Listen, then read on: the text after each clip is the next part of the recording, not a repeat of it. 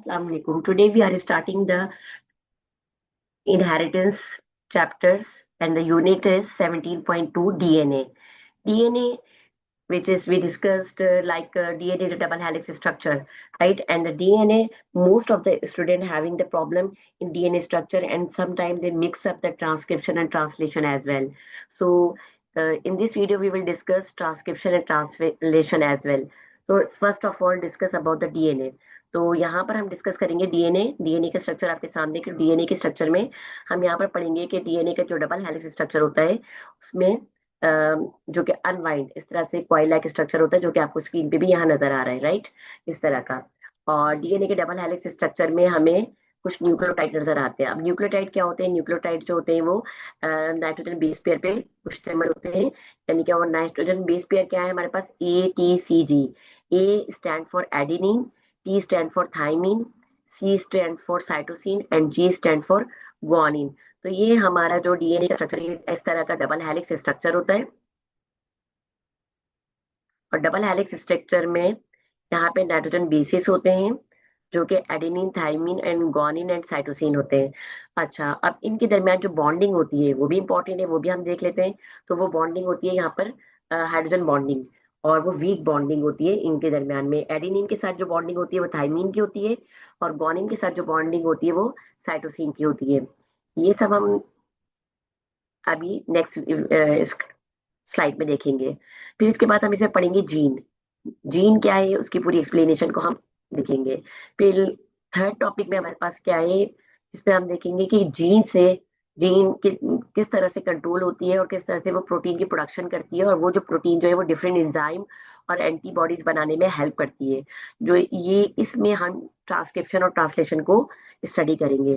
तो अभी हम देखते हैं कि ट्रांसक्रिप्शन और ट्रांसलेशन से पहले हम देखेंगे डीएनए का पूरा फुल डिटेल स्ट्रक्चर, क्योंकि ये समटाइम 4 मार्क्स से क्वेश्चन आता है, और 4 मार्क्स से क्वेश्चन में एटलीस्ट आपके पास 5 to 6 जो है वो कीवर्ड्स होने चाहिए.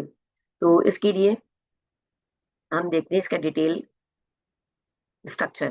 जी, तो यहाँ देखिए डीएनए का अगर आपको 4 मार्क्स का क्वेश्चन आता है तो आप उसके अंदर ये बता सकते हैं कि DNA is made up of DNA is a double helix structure. First point तो आपका ये हो जाएगा. Then the DNA is made up of nucleotide. अब बात आती है न्यूक्लियोटाइड क्या है. तो अब आप देखिए स्क्रीन पर ये चीज. Nucleotide is actually consist of 3 things: sugar, phosphate and base. And what are base? These are called actually the nitrogen base. And there are the 4 nitrogen base: adenine, thymine, guanine and cytosine. These are the 4 nitrogen bases. So the 4 nitrogen bases, phosphate and sugar collectively, these are called the nucleotide. Here is a complete diagram of double helix DNA. As you can see that there is a backbone, and this backbone is made up of sugar, phosphate, and inside it there is a adenine, thymine, guanine and cytosine. So adenine, thymine, guanine and cytosine. So how they bind together? Adenine always bind with the thymine with the double bonding, while guanine and cytosine always bind with the triple bonding, and there is a weak hydrogen bonding between them. So there is a bonding between the adenine and thymine and guanine and cytosine with the weak hydrogen bonding. तो आप एक nucleotide वाला आप बात लिख सकते हैं. आप एक बार लिख सकते हैं कि शुगर फॉस्फेट बैकबोन होती है, adenine, thymine, guanine and cytosine होता है, और इनके दरमियान में बॉन्डिंग होती है, और शुगर फॉस्फेट बैकबोन होता है. तो ये सारे पॉइंट जो है वो आप 4 मार्क्स के क्वेश्चन में इजिली लिख सकते हैं. डीएनए का डबल हेलिक्स स्ट्रक्चर है, ये ट्विस्ट होते हैं, और इनके अंदर न्यूक्लियोटाइड होते हैं, शुगर फॉस्फेट बैकबोन होती है, और nitrogen base. These are the 3 important term. ये आपने बिल्कुल मिस नहीं करनी है: न्यूक्लियोटाइड, शुगर फॉस्फेट बैकबोन और शुगर. अच्छा, जब शुगर की बात करते हैं तो यहाँ पर आप याद रखिएगा, sugar, when we talk about the sugar, तो शुगर जो होती है वो होती है आपके पास डीऑक्सी राइबोस शुगर. तो ये भी याद रखिएगा कि जब हम बात करते हैं शुगर की तो कौन सी शुगर होती है? वो डीऑक्सी राइबोस शुगर. ठीक है, डीऑक्सीराइबोस शुगर। जब हम आरएनए की बात करेंगे तो उसमें डीऑक्सीराइबोस नहीं होता, बल्कि सिर्फ राइबोस शुगर का नाम होता है। तो ये भी इंपॉर्टेंट बात है कि डीऑक्सीराइबोस शुगर, डीएनए में आपने डीऑक्सीराइबोस शुगर का वर्ड याद रखना है। तो तीन इंपॉर्टेंट बात आपने याद रखनी है, न्यूक्लियोटाइड वाली बात, फॉस्फेट बैकबोन वाली बात, और नाइट्रोजन बेस की बात, और इनको कलेक्टिवली हम बोलते हैं nucleotide. Okay, now the second topic is the gene. तो जीन क्या होता है? अब जो there are 20,000 gene in a chromosome. Chromosome को जब हम देखते हैं मैग्नीफाई करके तो उसमें हमें डीएनए नजर आता है, ठीक है, and DNA consist of 20,000 gene. Right, कितनी जीन्स होती है? इसमें 20,000 जीन होती हैं। और ये जो जीन्स होती हैं, ये कोई ना कोई करेक्टर को हमारे रिप्रेजेंट कर रही होती है, like skin colour, eye colour, hair colour, all these. तो अगर हम यहाँ देखें डीएनए, आपको क्रोमोसोम, क्रोमोसोम से अगर हम बात स्टार्ट करें तो क्रोमोसोम, इसमें भी मोस्टली स्टूडेंट जो है वो मिक्सअप कर देते हैं। तो क्रोमोसोम को अगर हम लें जैसे, तो क्रोमोसोम जो हो गई वो एक जस्ट बुक लाइक स्ट्रक्चर, जैसे बुक, इसको मैं क्रोमोसोम को बुक से रिप्रेजेंट कर रही हूँ। बुक के बाद हमारी बात आती है, बुक में क्या चीज होती है? पेजेस होते हैं, राइट। तो पेजेस जो है वो हमारा हो गया डीएनए, और बुक के बाद पेजेस हो गए, और उन पेजेस में हमारे होते हैं टॉपिक या सब टॉपिक्स। तो जीन जो हो गए वो हमारे टॉपिक्स हो गए। तो आप इस तरह से इसको मेमोराइज कर सकते हैं कि chromosome as a book, DNA as a DNA, sorry, pages as a DNA, while topic as a gene. Gene is a short segment of the DNA. So there are so many genes. There are 20,000 genes in a nucleus, in a DNA, in a chromosome, and which contain different characters of our body. So ये it's all about the gene. तो जितने भी हमारी body में character हैं वो gene से represent हो रहे हैं। तो डिफरेंट, और ये जो जीन है ये किसी न किसी बेस पेयर पे बेस करती हैं। तो अभी बेस पेयर क्या होता है, इसको अभी हम नेक्स्ट स्लाइड में डिटेल में देखते हैं। ओके, तो it is all about the gene, double helix structure, ये हमने देख लिया। अब हम देखते हैं कि जो जीन है, जिसको हमने पढ़ा कि ये हमारे डिफरेंट अमाइनो एसिड्स वगैरह से मिलकर बनती है, और फिर ये ही जीन आगे जाके जो है प्रोटीन की सिंथेसिस करती है।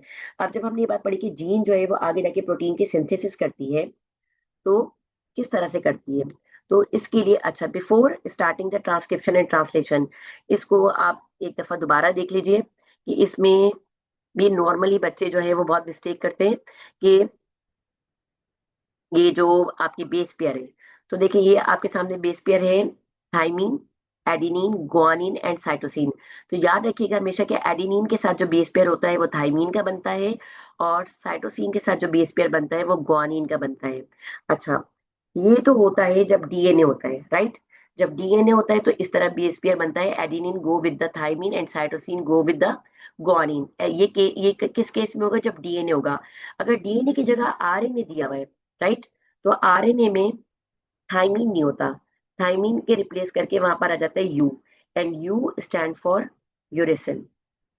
ठीक है, अगर आरएनए की बात हम करें तो राइबोसोमल आरएनए के अंदर वहां पे थाइमीन की जगह यूरेसिल होता है। बाकी सब कुछ जो है वो वैसे ही होते हैं, एडिनिन, साइटोसिन और गुआनिन जो होते हैं वो सेम होते हैं। तो हमने ये बात देख ली कि एडिनिन के साथ जो है वो बेस पेयर थाइमीन का बनता है, और गुआनिन के साथ जो है वो बेस पेयर बनता है साइटोसिन के साथ। और अगर हम आरएनए की बात करें तो आरएनए में थाइमीन नहीं होता, बल्कि उसकी जगह पे होता है यूरेसिल। तो ये डबल हेलिक्स स्ट्रक्चर हमने देख लिया, जो कि शुगर फॉस्फेट बैकबोन से बना होता है, ठीक है। तो ये शुगर फॉस्फेट बैकबोन है, डीऑक्सीराइबोस शुगर होती है इसमें, और ये डबल हेलिक्स स्ट्रक्चर होता है, राइट। अच्छा, अब हम आते हैं कि वो जो जीन है, जीन किस तरह से इन्वॉल्व है और जीन किस तरह से प्रोटीन की सिंथेसिस कर रही है, राइट। तो जीन की जब हम प्रोटीन की सिंथेसिस की बात करते हैं तो उसमें दो मेजर स्टेप्स हैं, एक को हम कहते हैं ट्रांसक्रिप्शन और एक कहलाता है ट्रांसलेशन। ठीक है, एक है ट्रांसक्रिप्शन और एक है ट्रांसलेशन। अच्छा, जैसे आपको स्क्रीन पे नजर आ रहा है, ये ट्रांसक्रिप्शन और ट्रांसलेशन। अब ये दो जगह पे ये प्रोसेस कंप्लीट होगा। तो अगर हम देखें सिंपली, ये जो ट्रांसक्रिप्शन है ये कंप्लीट होता है ये प्रोसेस होता है न्यूक्लियस में, राइट। और जबकि ट्रांसलेशन जो प्रोसेस है वो होता है साइटोप्लाज्म में। पहले तो आप इस बात को अच्छी तरह से याद रख लें, ठीक है। Transcription take place in the nucleus and translation take place in the cytoplasm. अच्छा, ट्रांसक्रिप्शन की बेसिकली आपने वर्ड ये याद रखना है कि ट्रांसक्रिप्शन जो होता है, ट्रांसक्रिप्शन जो है उसको हम सिंपली कह सकते हैं कि कॉपिंग, हम ये कह सकते हैं copying DNA to messenger, messenger RNA, ठीक है। इसके अंदर डीएनए की कॉपी होगी और डीएनए की कॉपी से मैसेंजर आरएनए हमारा फॉर्म होगा। तो ये आपका ट्रांसक्रिप्शन होगा, this is called the transcription, इसको हम ट्रांसक्रिप्शन कहेंगे, राइट।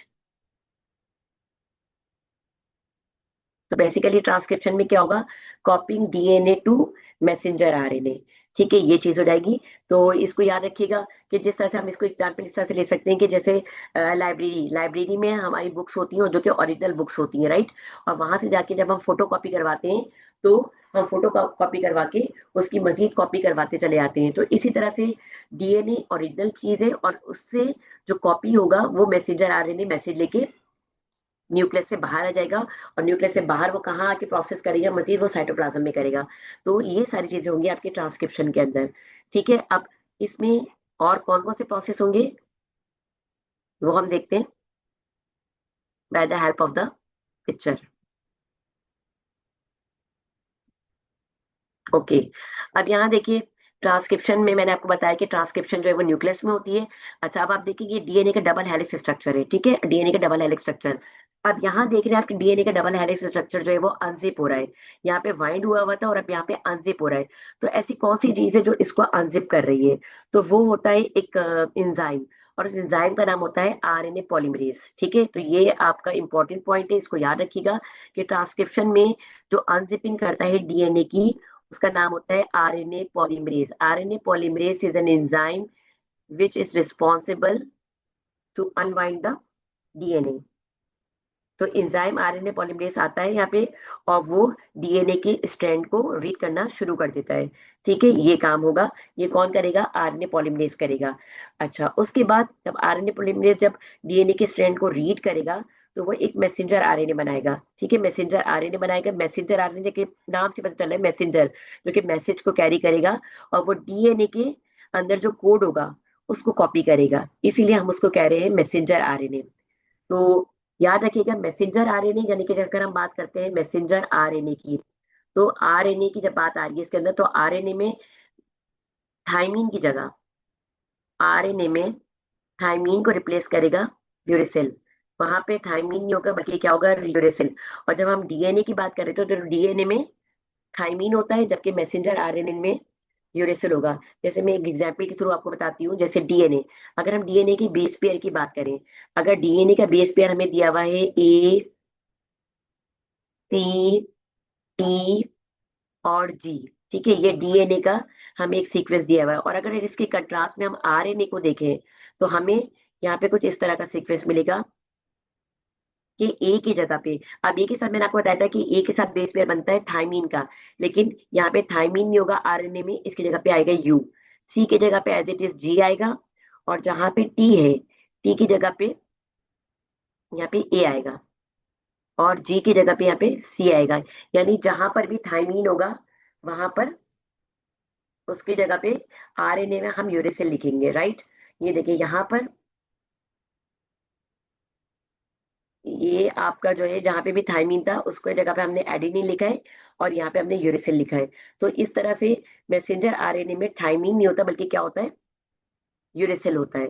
तो टी को रिप्लेस कर देता है। तो ये आपके पास अब हमने पढ़ा कि मैसेंजर आरएनए आपका बनता है कहाँ पर?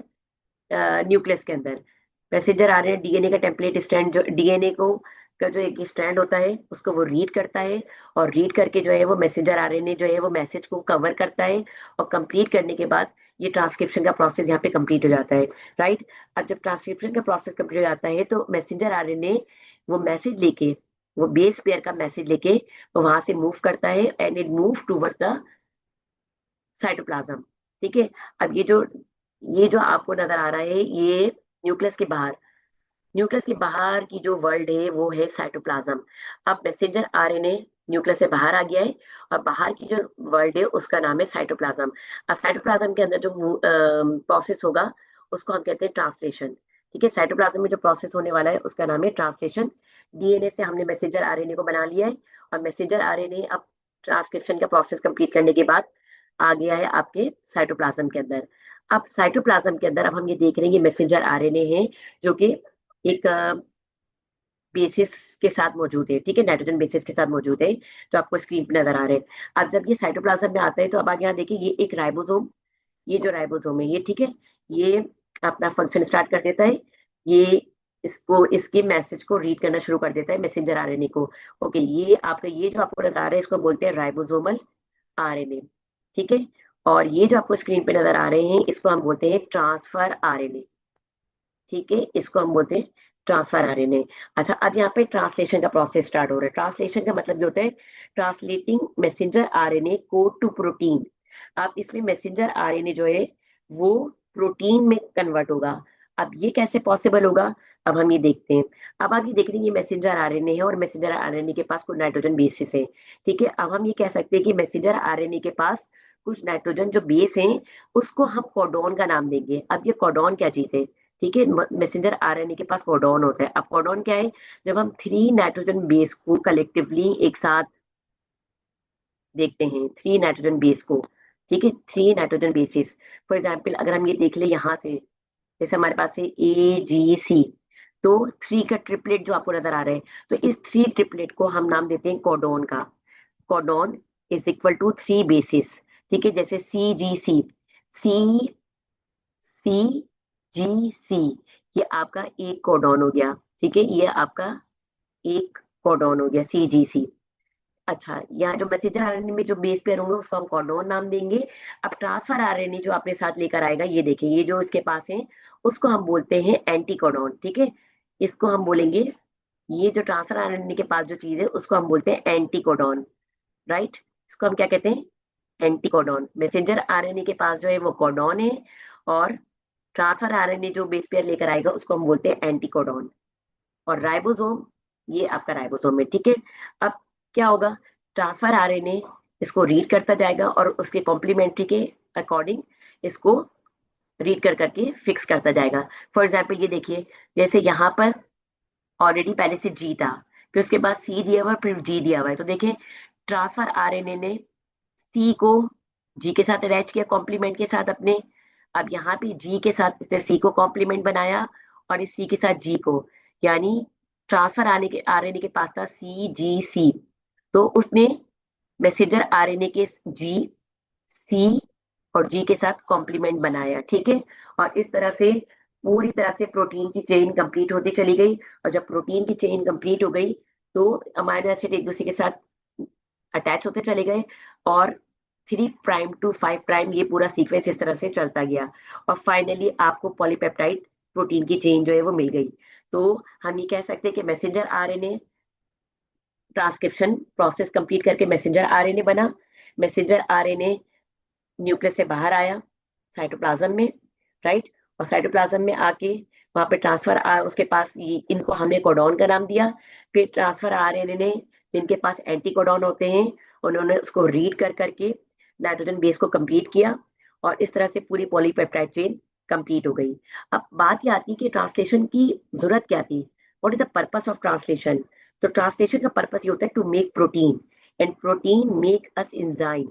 सही है, तो ट्रांसलेशन क्या है? ट्रांसलेशन हम इसलिए करा रहे हैं ताकि हमें प्रोटीन मिल सके। हम प्रोटीन बनाने के लिए ट्रांसलेशन करते हैं। राइट, और जब प्रोटीन बन जाती है तो प्रोटीन के थ्रू हम डिफरेंट एंजाइम बन जाते हैं हमारे पास। हम डिफरेंट एंजाइम बना लिए जाते हैं, एंटीबॉडीज बनाई जाती हैं, और मजीद डिफरेंट टाइप की प्रोटीन्स बनाई जाती हैं। तो मेन इंपॉर्टेंट चीज क्या है? प्रोटीन का बनना। और प्रोटीन किस तरह से बना? वो ट्रांसक्रिप्शन, और फिर उसके बाद फाइनली ट्रांसलेशन प्रोसेस के थ्रू बना। तो ये सारी चीजें इंपॉर्टेंट है, और एग्जाम की ट्रिक के पॉइंट ऑफ व्यू से मैं अब आपको बताती हूँ कि आपने क्या क्या चीजों को हाईलाइट करना है, फोकस करना है। तो डीएनए, आपने डीएनए को याद रखने के डीएनए डबल हेलिक्स स्ट्रक्चर होता है। राइट, डीएनए के अंदर बेस पेयर जो होते हैं वो एडेनिन, थाइमिन, ग्वानिन और साइटोसिन होता है, जबकि आरएनए आरएनए के अंदर यूरेसिल होता है, थायमीन की जगह पे। फिर हमने पढ़ा यहाँ पे ट्रांसक्रिप्शन और ट्रांसलेशन का पढ़ा।